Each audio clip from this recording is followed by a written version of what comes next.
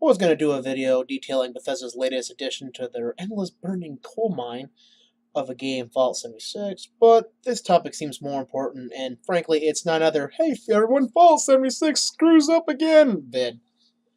TLDR for Fallout 76 is simple.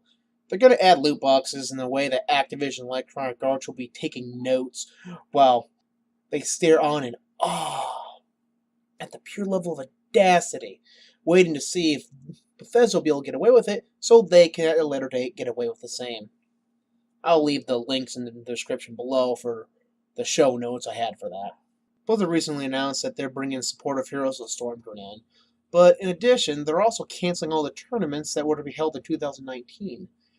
Now, opinions are divided on this between the camp that believes Blizzard should have said something to the teams ahead of time, whether or not they announced it to the general public, and the other camp, which takes the more laissez-faire position that a company has to pursue their best interests, even at the expense of social stability or how it may impact other parties that are partnered or otherwise.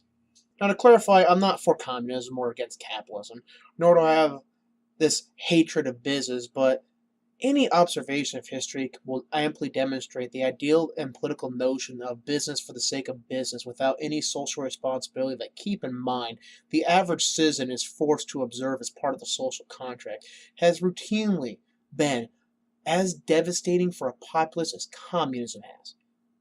If not even more at times if you want to take into consideration China's pollution issue, which stemmed from the exact same notion, and the subsequent health crisis it is creating. My position is simply summed up with there needs to be a middle ground, where businesses aren't constrained to the point that they're strangled to death, but at the same time they can't exploit labor and nations to extract as much wealth for a select few.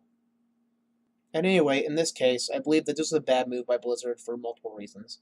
First is because it hurt a lot of people, like Liam O'Malley, who pursued his dream, worked really hard to become an esports, and then finally, after all the sacrifices he made, he got into a team to play Heroes of the Storm. And all that's just gone now. All of his sacrifices, his hard work, are just gone. And this could have been prevented if Blizzard would have told the team, hey, we might be canceling 2019's tournaments. They would have told them, hey, we really want you on board. You're a skilled player, but there's not going to be any tournaments in 2019. Learn to play these games instead. On the business end of things, this has barely worked for even considering being short-sighted. In the short term, it might theoretically save them some money from not having to host the tournaments, but it also signaled to all their partners they're not to be trusted. Teams invest a lot of money into players, and advertisers put a lot of money into teams to, showcase off their products. And now, both of them have been alienated by Blizzard. In business, when you show someone you're unreliable, they don't do business with you anymore. Plain and simple. Like Sony alienating all of its Japanese developers who are now switching to the PC and Switch. In the short term, it may benefit you. But in Sony's case, it's not.